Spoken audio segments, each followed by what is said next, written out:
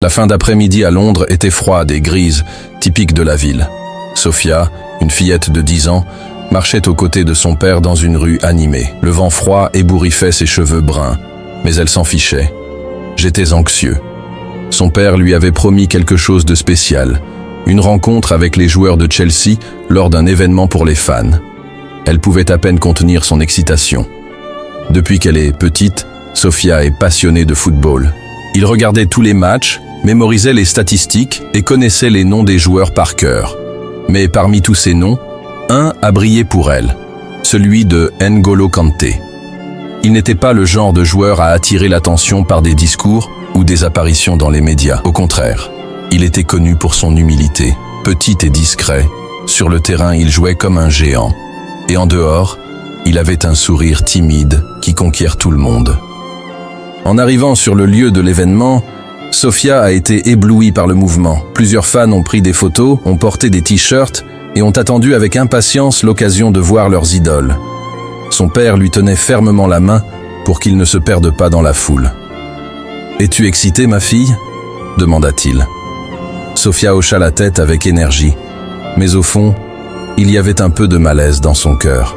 Depuis la mort de sa grand-mère il y a quelques mois, elle se sentait différente. Il y avait des questions qui ne quittaient pas son esprit, et aucune d'entre elles ne semblait avoir de réponse. Soudain, quelque chose d'inattendu s'est produit. En traversant le hall, Sophia a repéré un coin tranquille du café de l'événement, loin de l'agitation. Et il était là. Kant.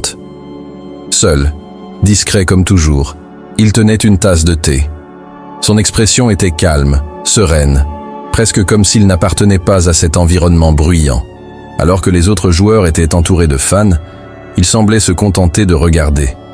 Le cœur de Sophia s'emballa. Elle regarda son père avec de grands yeux. « Père, regardez-la. C'est Kanté, » murmura-t-il en tirant sur sa manche. Le père sourit. « Oui, il semble qu'il aime rester loin de l'agitation. » Sophia hésita un instant. C'était sa chance. Elle pourrait simplement s'approcher de lui demander un autographe, prendre une photo. Mais étrangement, rien de tout cela ne semblait important. Son cœur lui disait qu'il devait faire quelque chose de différent. « Tu veux lui parler ?» demanda le père. Elle prit une profonde inspiration et hocha la tête. Son père, remarquant la détermination de sa fille, l'encouragea d'un signe de tête. Lentement, elle se dirigea vers la table où Kanté était assis. Ses mains étaient froides de nervosité, mais il y avait quelque chose chez lui qui la calmait. Lorsqu'il s'est approché, il a remarqué sa présence et a levé les yeux en souriant doucement. « Bonjour », dit-il d'une voix calme et amicale. Sophia déglutit difficilement. Elle avait besoin de dire quelque chose, mais son esprit était en ébullition. Après un moment de silence, il réussit enfin à parler. « Salut, je m'appelle Sophia. » Kanté inclina légèrement la tête et sourit. « C'est un plaisir de vous rencontrer, Sophia. Aimez-vous le football ?» Elle hocha rapidement la tête. « Oui, beaucoup. Tu es mon joueur préféré. » Son sourire s'élargit un peu. « Je suis heureux de l'entendre. Est-ce que tu joues aussi ? J'essaie. Mais je suis petite et parfois j'ai l'impression que je ne serai jamais assez bien. » Kanté gloussa doucement. « Tu sais, je pensais ça aussi. Mais j'ai appris que la taille ne définit pas le cœur d'un joueur. » Ces mots ont touché Sophia, mais ce n'était toujours pas ce qu'elle voulait vraiment demander.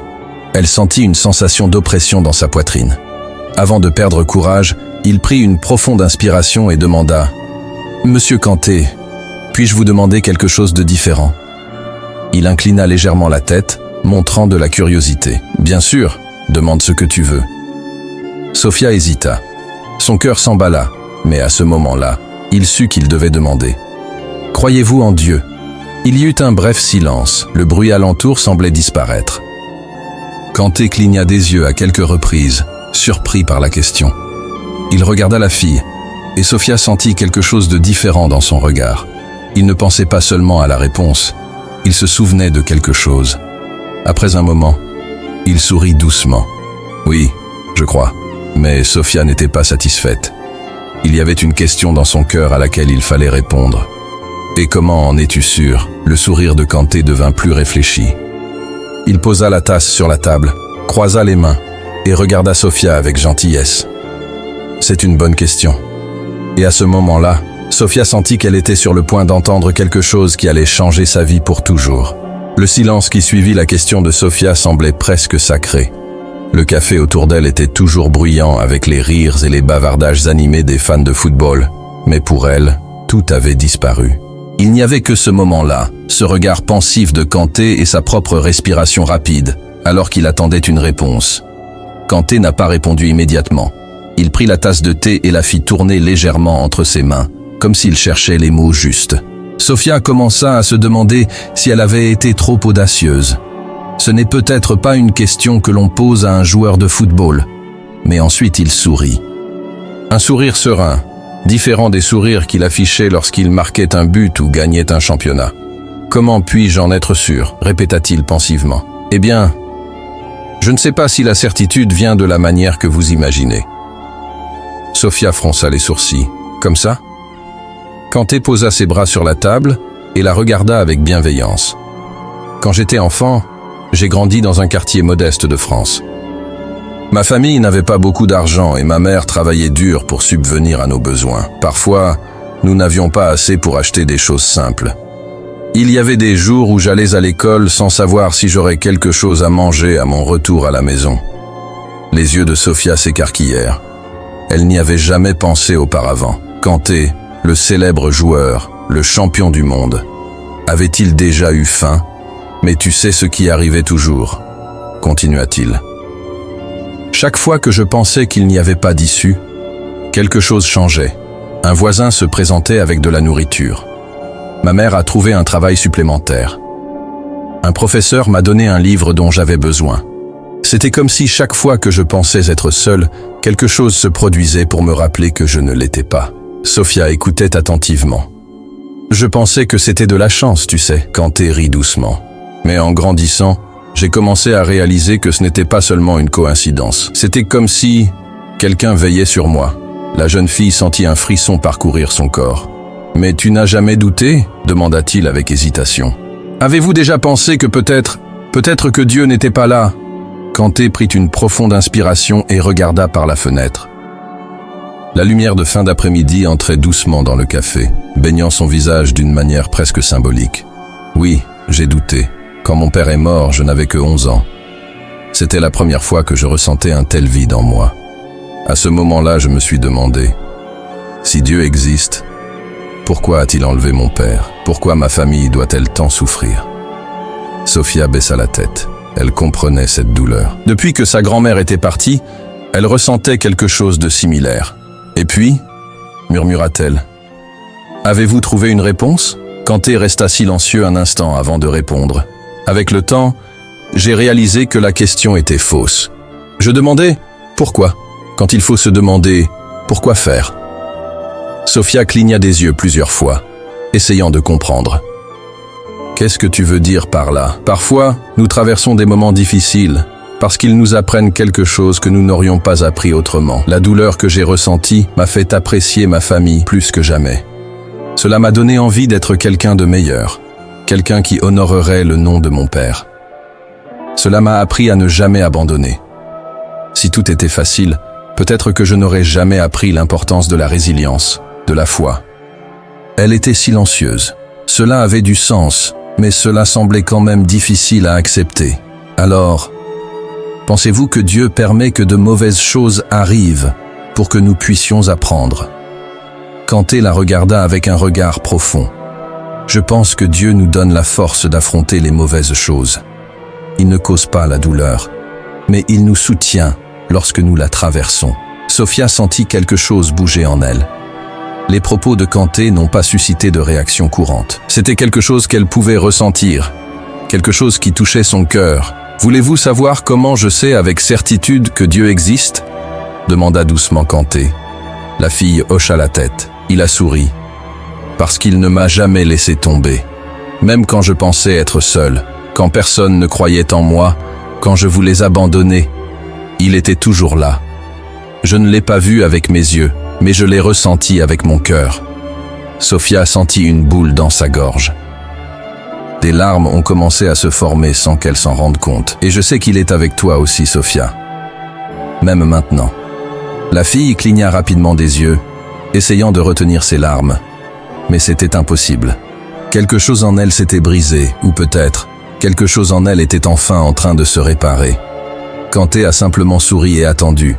Il savait que parfois la meilleure réponse était le silence qui laissait parler le cœur. Les larmes de Sofia coulaient en silence. Elle ne savait pas exactement pourquoi elle pleurait. C'était comme si quelque chose qui était resté coincé en elle pendant longtemps était soudainement libéré. Depuis que sa grand-mère est partie, la douleur dans sa poitrine était comme un poids qu'elle portait chaque jour.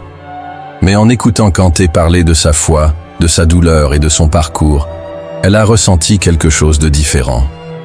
C'était comme si, pendant un instant, une porte s'était ouverte à l'intérieur d'elle, laissant entrer la lumière. Kanté restait assis là, sans hâte, sans impatience. Il attendait juste que Sofia digère tout. Il savait que la foi n'était pas quelque chose que l'on pouvait imposer à quelqu'un, c'est quelque chose que l'on découvre, à son rythme, sur son propre chemin. Après quelques minutes, Sofia prit une profonde inspiration et s'essuya les yeux avec la manche de son manteau. Désolé, dit-elle en riant légèrement, un peu gênée. Kanté secoua la tête avec un sourire calme. Tu n'as pas besoin de dire pardon. Parfois, pleurer est une façon de laisser parler son cœur. Sofia le regarda, tenant toujours la serviette qu'elle utilisait pour se sécher le visage. Je ne pense pas avoir jamais pensé à Dieu de cette façon auparavant. Ma grand-mère a toujours dit qu'il était avec moi, mais quand elle est morte, je ne l'ai pas ressenti. Je me sentais juste vide. Kanté hocha la tête, compréhensif. La douleur de la perte peut nous donner l'impression d'être seuls, mais cela ne veut pas dire que nous le sommes. Sofia fronça les sourcils. Mais si Dieu se soucie vraiment de nous, pourquoi ne fait-il rien? Pourquoi n'empêche-t-il pas les mauvaises choses de se produire? Kanté prit une profonde inspiration avant de répondre. C'est une question que beaucoup de gens se posent. Et la vérité est que je n'ai pas de réponse simple. Mais tu sais ce que j'ai appris? Dieu nous donne le libre arbitre. Il nous a donné un monde où nous pouvons choisir notre chemin, où nous pouvons apprendre, grandir et devenir de meilleures personnes. Sofia y a réfléchi. Tu penses donc qu'il n'arrête pas les mauvaises choses parce qu'il veut que nous apprenions?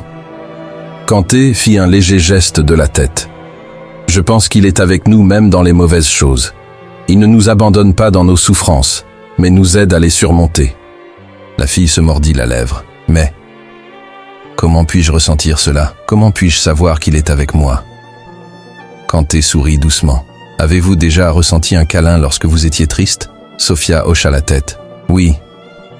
Et ce câlin t'a fait te sentir mieux, même s'il ne pouvait pas changer ce qui s'est passé. Elle réfléchit un instant, puis hocha à nouveau la tête. Dieu que c'est que cette étreinte, dit Kanté. Il ne peut peut-être pas arrêter la douleur, mais il ne nous laisse jamais l'affronter seul. Cette phrase fit prendre une profonde inspiration à Sofia. Quelque chose en elle commençait à avoir du sens. Kanté la regarda avec tendresse. Je ne peux pas te prouver l'existence de Dieu. Personne ne peut. Mais je peux vous dire que tout au long de ma vie, à chaque moment de doute, à chaque moment de peur, il y a toujours eu quelque chose ou quelqu'un qui m'a montré que je n'étais pas seul. Et si vous faites attention, je pense que vous verrez cela dans votre vie aussi. Sofia était silencieuse. Elle pensait à toutes les fois où sa grand-mère lui avait manqué.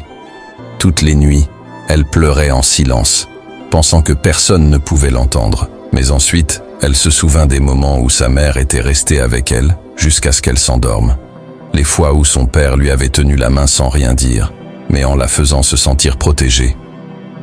Et si Dieu était là, tout le temps, dans les petites choses, alors, est-ce qu'il est avec moi même quand je ne m'en rends pas compte? Demanda-t-il, la voix un peu plus ferme. Kanté sourit. Toujours. Sofia sentit une vague de soulagement l'envahir.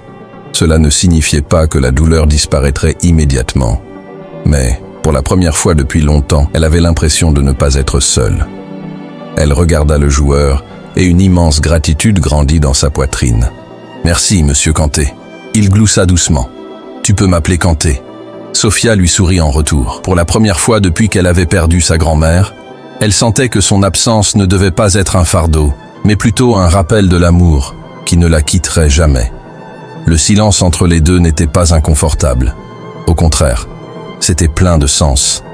comme si quelque chose d'invisible mais puissant avait été partagé là. Kanté sortit un petit morceau de papier de sa poche et commença à écrire quelque chose. Puis il l'a remis à Sofia. Ici. Chaque fois que vous avez un doute, lisez ceci. Elle prit le papier et regarda le message écrit de sa simple écriture. Dieu n'abandonne jamais ceux qui lui font confiance. Même en silence, il œuvre pour leur bien. Sofia tenait le papier comme s'il s'agissait d'un trésor. Et à ce moment-là, elle sut que quelque chose en elle avait changé pour toujours. Le papier, avec le message de Kanté, reposait dans les mains de Sofia, comme s'il s'agissait de quelque chose de sacré. Elle lisait ces mots encore et encore, comme si elle voulait les graver dans son esprit et, plus encore, dans son cœur. C'était un simple morceau de papier, mais il avait une immense signification pour elle. Son père, qui suivait la conversation de loin, s'approcha et regarda sa fille avec tendresse. « Tout va bien, chérie ?» demanda-t-il, remarquant les larmes séchées encore visibles sur son visage.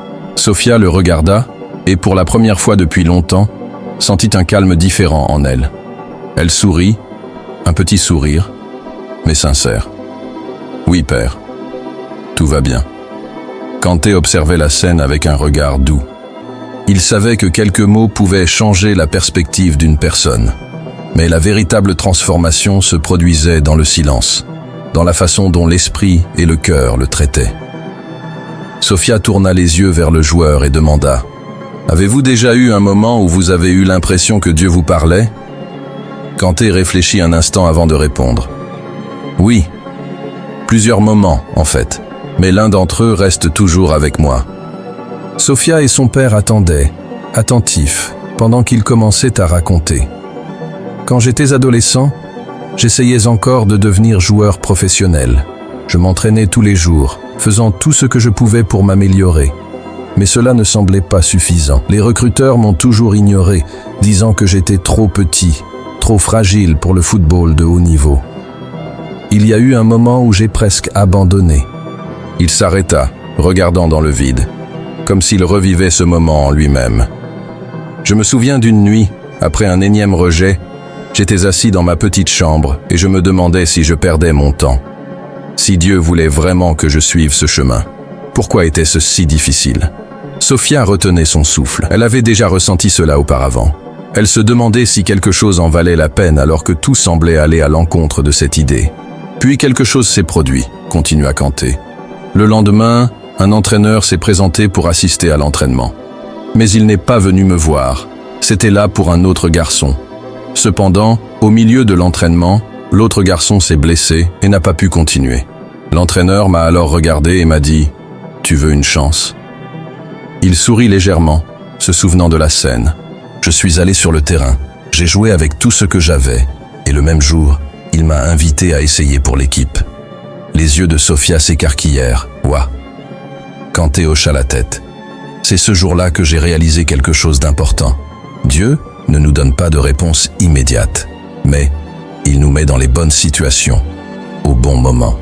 J'aurais pu abandonner cette nuit-là, mais si j'avais fait ça, je n'aurais jamais eu cette opportunité. » Sofia était silencieuse, absorbant chaque mot. Parfois, nous pensons qu'il est silencieux, mais il attend simplement le bon moment pour agir. La fille sentit un frisson. Alors, même quand il semble que rien ne se passe, il est là. « Oui ?» a déclaré Kanté avec conviction. Et quand on regarde en arrière, on voit clairement comment chaque pièce s'assemble. Sofia regarda une fois de plus le petit papier.